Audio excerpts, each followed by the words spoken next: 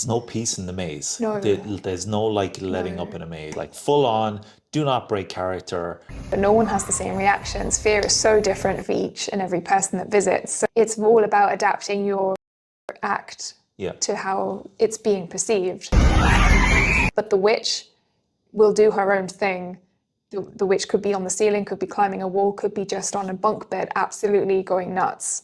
You're going to walk into a scene where the witch is pre-doing something. The witch isn't waiting to scare you. The witch is already scaring, just being there. Sounds ominous. Yeah, it is. And if I came into the room and saw what the witch does, I think I would be like, I don't want to get close to that, to be honest. Witch is very, very, very tame in Halloween Town. Usually just does a lot of staring and drooling and You does take a this lot thing. of photos now. Yeah. Yeah. People want high fives, but I only do this. Do it to me. And in my head, I'm going, E.T. Yeah.